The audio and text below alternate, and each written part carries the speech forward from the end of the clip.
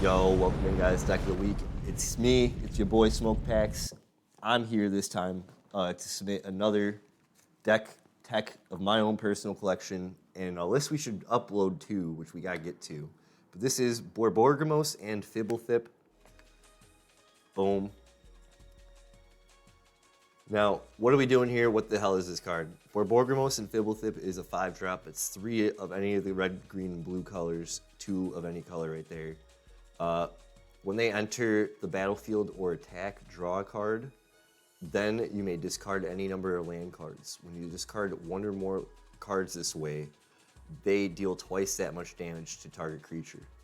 So right when you play your commander, you're gonna draw a card, and then if you get into a land, that's even better, but you're gonna discard any number of lands, and it's like a quick spot removal on your opponent's creature. We can get them out by turn 3 or even like earlier if you have a lot of fast mana. So we can get kind of broken.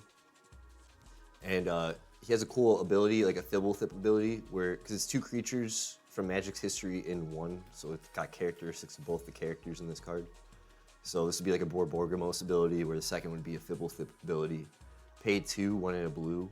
You get to put them into it's faster to say them, into its owner's library, 3rd from the top. So nice little tuck ability if you're trying to like smash my guys or try and get rid of this because it's really annoying because I'm killing the board. I have a chance to just put them into my library. And then if I have a brainstorm or certain spells that can let me look at the top cards of my library and manipulate it, I can get them back earlier and just kind of play them again, avoid playing the commander costs, since that is kind of a real huge downside to hit. So that's the commander for this deck.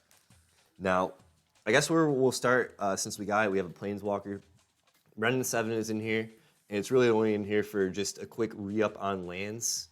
It's +1, reveal top 4 cards of your library, put all lands revealed this way into your hand and the rest into your graveyard. So that's really all it kind of is doing.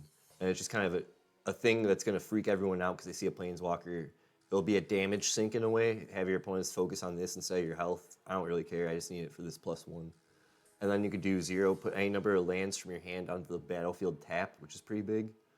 Or she can create a -3 and do a green treeful creature token with reach, whose power and toughness is equal to the number of lands you control. So you can get a big stompy defense creature, which I have done. But I mostly use it for that +1, and then whatever happens, we're just thankful we got to play it first out the bat. So, moving on, I guess we'll start into creatures. Some of the high synergy creatures we'll just look into first, and then we'll move on into like the ramp stuff.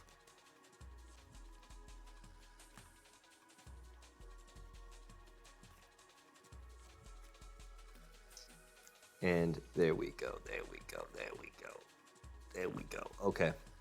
So stuff that's gonna help us, high synergy cards. Our Tuk Tuk Rubble Fort is giving us haste, so it's gonna get, really this is more for our commander right out the bat. You're gonna want to be able to attack right when you play it. There you go. Orin Frostfang, our commander's gonna have Death Touch, stay the hell away from me, and we're getting draw, so it's real good positive value for us right there. Slogurk, the Overslime, he has Trample, and he's just some land value. Whenever a land is put into your graveyard from anywhere, put a +1 counter on Slogurk, the Overslime, and then that's kind of keying into our commander's ability. And then you could remove 3 +1 counters from Slogurk, return it to its owner's hand. So that's pretty good because he's got another like tuck away ability. And then when he leaves the battlefield, return up to 3 target land cards from your graveyard to your hand. So he's just going to refill us. This is just all positive. All 3 abilities are just positive to my commander's kind of requirements, what he wants to do, and just land recursion in a way. I've really only ever played this twice. Body of Knowledge is funny because we could choose Body of Knowledge, and if it's invincible, that's also a plus. When we discard lands to target creature you deal damage to. And when he's dealt damage, draw that many cards. Big, big, big. Yeah. Slogurk is also, I love the print. I don't have a lot of flashy prints, but this is one we pulled on stream back in the day. This is an old school Smoke Pack stream pull. So I thought that was really cool. Ulvenwald Tracker. This is just a card. It's nice when our commander's on the field. We're going to have him fight, and then we could use his ability on attacks to just remove another creature. Or if we have Death Touch and we're attacking, we could do something like some combat tricks like that and fight with Death Touch and ping something to death. Just gives us a little bit of angles and stuff where we could do really cool, fun things. Now, Brash Taunter, another Body of Knowledge type card. We're just going to deal damage to it. It's indestructible, thankfully, and when we deal damage to it, we could deal that much damage to target opponent. So this is kind of a way to hit our opponent's health directly instead of having to spot remove creatures.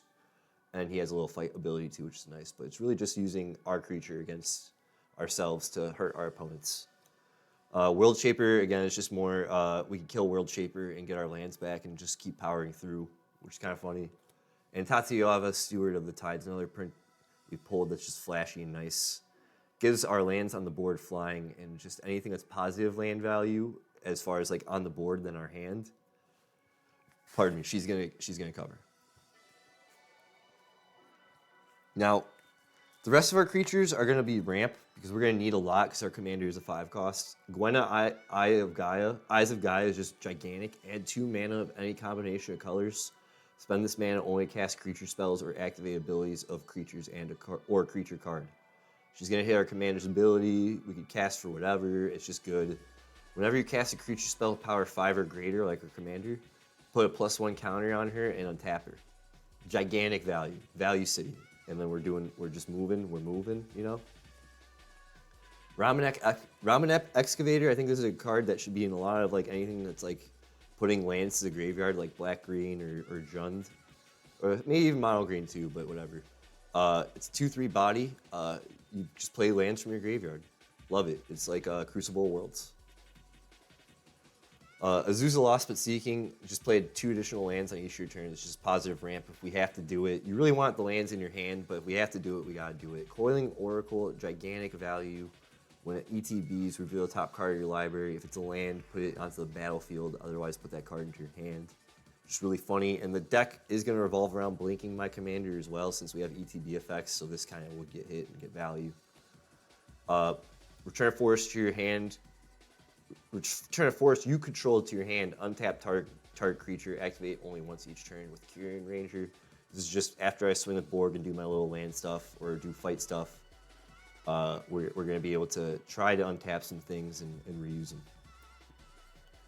I feel like if this is like a brawl deck, this would go really angry dumb. But as a commander deck, it's hit or miss. It really depends on your shuffling and where you're at with your mana. Turn Timber Sour is just whenever lands go to our graveyards, we're going to get a 0/1 plant. It's just value. Okay? And we get lands to go back to our hand. Green Seeker is just going to be mana fixing, which is nice. Discard a card, search your library for a basic, reveal it, put it into your hand, then shuffle. And it could also go to our hand. Yeah, if you get bad shuffles on this, guys, you're kind of screwed. It's a little specific, but hey, it is what it is. Woes Pathfinder.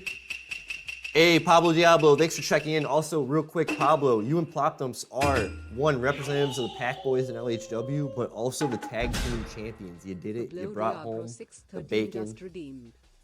I got you on a Spark Up sesh after the segment. We're powering through Deck of the Week. How you doing, Chico? Sit in. I opened 2 booster packs that are like $55, $60 a piece, and we pulled like $8 or $9 in value. So I hope you're well. Merry Christmas. Again, Woes Pathfinder is just mana color fixing, and has just big mana sink value if we need to do it later. Get Trample. Goblin Anarchomancer. He's just, again, value for each spell that's red or green is going to cost 1 less. That's going to hit our commander.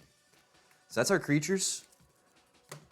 We mentioned it, so we might as well get into it. We have spells, we have things that blink, and just some ramp and some more equipment that do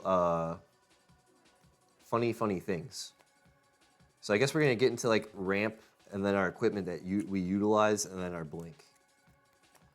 So our ramp is just typical Soul Ring. Oop. Soul Ring, just because it's a 1-drop for 2 value. Brass's Tunnel Grinder is just going to re-up for lands and draw.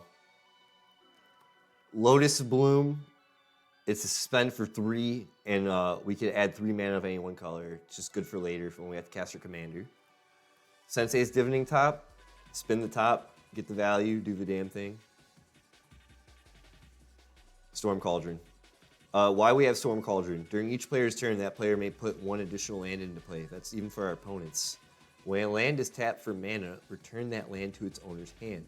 That's going for me in my Borgamos and Fibblethip trigger where they want lands to be discarded from my hand. I'll give everyone extra mana, but at a price. I'm willing to risk it. Dolmen Gates, just attack value, prevent all combat damage that would be dealt to attacking creatures you control. It will. It's on Yoda Master's stream. The VOD will be uploaded, so you'll be able to see it back. You're the first match of the pay-per-view, Pablo. It's pretty big. It was pretty epic. You got the tap out. Conjurer's Closet is our blink maneuver card. At the beginning of your end step, you may exile target creature card you control, then return that card to the battlefield under your control. So that's what we're doing with our commander. We're going to just blink them, blink them, blink them. Now, our utilized equipment, Lightning Greaves is good because it's going to make our commander have haste and shroud. Aeronaut's Wings is going to make my commander fly at you and get a little buff. Mask of Avacyn is just going to give my commander a bit of buff on the butt on his defense, and we'll have hexproof. And Zephyr Boots, again, just flying over you with my commander. A lot of this deck revolves around my commander and doing stuff. So those are my artifacts. Since we did artifacts, we'll hit enchantments. If you would draw a card, like with our commander, except for the first one you draw in a turn, draw 2 instead. So that's just, again, re-upping, getting value.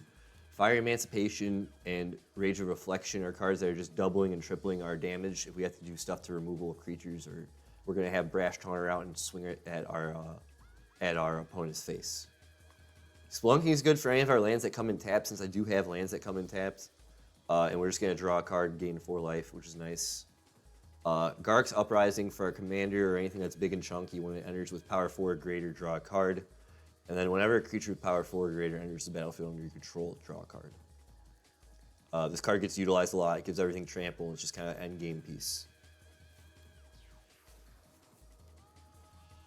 Now, a lot of the hitters in this will be our spells, like an Offer We Can't Refuse is our counter spell. Unauthorized Exit, return target non-land permanent to his owner's hand. That could hit something in our opponent. That could hit my commander. Valcall Awakening, put any number of cards from your hand on the bottom of your library and then draw that many +1. That's just a quick re-up. Opt, scry 1, draw a card. If my commander's somewhere in there, I'm going to look for him, dig for him, and get to him, hopefully, and draw him if I put him onto the library third from the top. Memory Lapse is just another counter. It's just what we had on hand. That's what we're doing. Mystical Archives. Throw a Possibility, again, just up. We're using this to re-up on lands or just draw into things that are value. Brainstorm and Impulse are going to do, oh, hey, we can dig for my commander. He's third from the top. He'll be in my hand. And then Growth Spiral, draw a card, put a land from your hand on the battlefield. Since we will have it, it's just draw value. All right, we got Sorceries and then lands rounding out deck of the week here. Now, my Sorceries are really funny because they're just really all more so returning lands from my graveyard that we had with our commander to from the grave to the battlefield with Splendid Reclamation. Traverse the Ulvenwald, getting a land to our hand. Nissa's Triumph, getting a land to our hand. Adventurous Impulse, look at the top 3 cards of your library, reveal a creature or land from among them, put it into your hand. So if my commander's 3 in my 3 from the top in my library, Adventurous Impulse again is going to be like a brainstorm grab. Preordain, Ponder, and even Elvish Farsight with the Scry 3 and reveal top card if it's a creature, draw a card. And then these just look, dig, and deep for the top 3 cards in my library, and we'll play I can get my commander basically if I put him third from the top. Cultivates Ramp, big deal, big deal. And then our kind of damage cards for like my board wipes, I guess you'd say. We have Decimate. This is just nice. It's not like a big board wipe. It's going to get anything that's utility on our opponent's field. We'll hit it at sorcery speed. Blasphemous Act, you know it, you love it. Everyone has it. It was featured in the last deck of the week. It's probably in a lot of deck of the weeks that have red. Sudden Demise, pay X in red. Choose a color. Sudden Demise deals X damage to each creature of the chosen color. This is just nice. If my board didn't kill you, I'm going to do this to you. And it actually hits. It actually does hit. Primal Command is just nice. It's just value. Target player gains 7 life. Put target non-creature permanent on top of its owner's library. So like hit you. Target player shuffles their graveyard into their library, or search your library for a creature, reveal it, put in your hand, then shuffle. So just a lot of value, a lot of utility in the mid to late game with this card. So there you go. Crashing Footfalls is just really good. Get 4/4 green rhinos 4 turns later with trample. They do come in handy, and it is kind of funny, and our opponents do worry about this card when I play it. Flood of Tears is just return all non-land permanents to their battlefield. This is a sounding the alarm kind of card.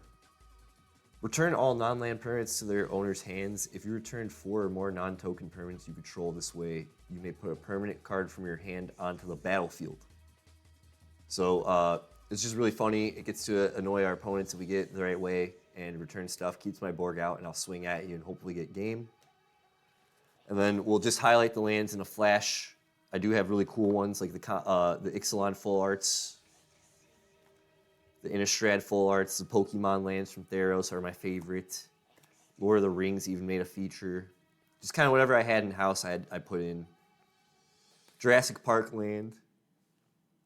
Yeah, we call the Theros Full Art lands, guys, Pokemon lands. We got Cateria Triome, which is good value. Hickory Woodlot gives us 2 green, and it goes into the graveyard, which is kind of funny. Just some weird mana-fixing lands, nothing too crazy. Castle Garenbrig, Evolving Wilds, you know it. Castle Vantris. Dreamroot Cascade's nice, good color fixing. Rivendell actually does come in handy with the Scry 2 to get to our commander. Sapars and Scary is just, again, like a Hickory Woodlot, gets us 2 green. And then, yeah, it's just basically all the land. Nothing really, again, nothing too crazy. A Pathway, Castle Embrith. Kind of whatever lands I had in house, I jammed in here. Didn't really think too much about it. This is more of like a build that I kind of tried to fine-tune over time, which is whatever I had in-house. So that is my deck of the week, Borborgamos and Fibblethip. And yeah, that's the segment.